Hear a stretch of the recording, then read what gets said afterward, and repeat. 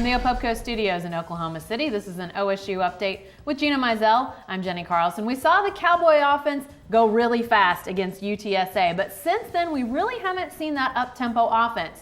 And then we saw it in one magnificent drive on Saturday that won the game against K-State. J.W. Walsh, the Cowboy quarterback, was actually asked about that final drive of the game on Saturday. It just shows the maturity of our team. You know, we were like you said, stagnant, not be able to move the ball, and then you know, when we really needed it, everyone stepped up and made plays. So I think that was the biggest trigger was, you know, knowing we had to score and knowing we had to go down there and help the defense out and help the team out. So.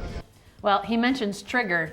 Did they just need somebody to flip the switch to go fast and play like they did on that last scoring drive? Well, it's interesting that, you know, you mentioned that in the UTSA game we saw this offense go super fast because J.W. Walsh was just totally on the money throwing the football, and we had heard about that they were going to go faster than they ever had before in the spring and in fall camp, and how the extra official spotting the ball would help them.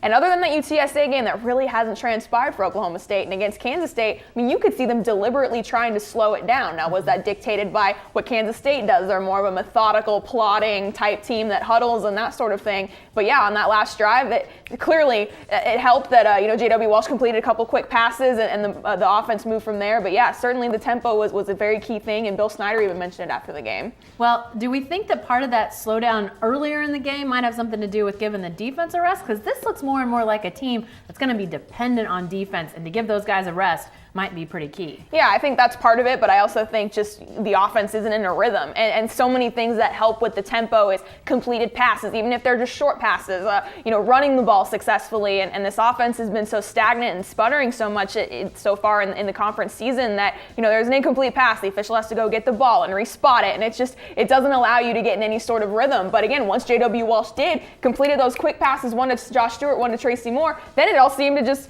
go and flow like we've seen with this Cowboy offense so far since they've gone to the air raid. So very interesting to see that happen, and it'll be curious to see how it develops during the rest of the season. Maybe they need to put him under the gun earlier in the game. There you go. Say, hey, you're down by 1 point. Go score. All right. Be sure to stay with the best coverage team anywhere at newsok.com and every day in the Oklahoma.